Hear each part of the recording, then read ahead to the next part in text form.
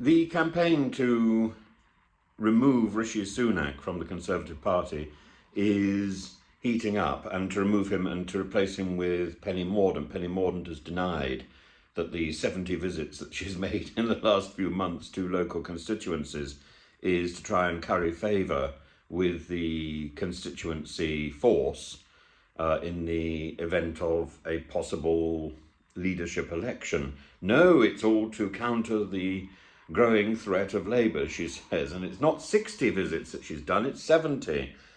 Well, the news, the rumour is that the Conservative Party, the parliamentary party, is waiting until the disaster of the May elections, which is almost certain. It's almost as certain as the loss of the next general election to the Conservatives, and of Keir Starmer's victory. I don't think it will be the most astounding victory that has ever been seen in parliamentary history, because I don't think the Labour Party is attracting votes. I think the Conservative Party is ceding votes, and mostly because of its inadequacy.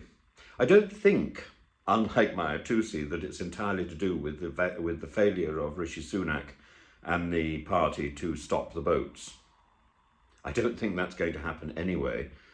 I think the Stop the Boats campaign is an absurd Canute type of objective, and to make that one of the 5 pledges and to be measured on the ability to stop the boats is stupidity.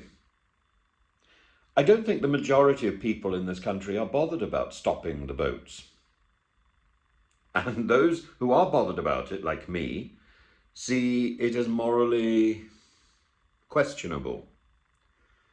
And certainly when we factor in things like the French pullbacks, which is very much like the Greek pushbacks.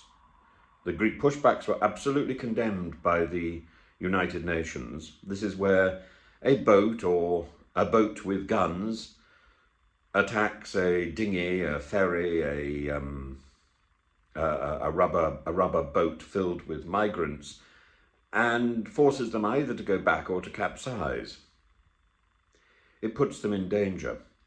Our job, I think, as border force ambassadors, is to protect the people who are trying to come here, even if we don't want them.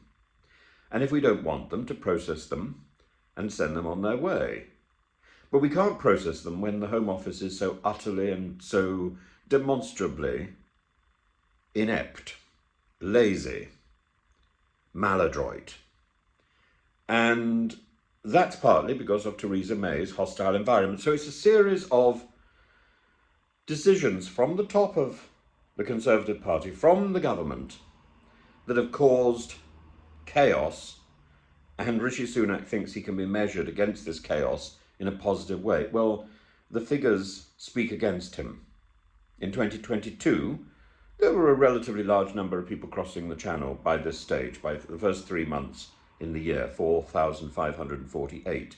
Last year, it went down, 3,793. This year, in the first 3 months, it's gone dramatically up, 4,644 in 3 months.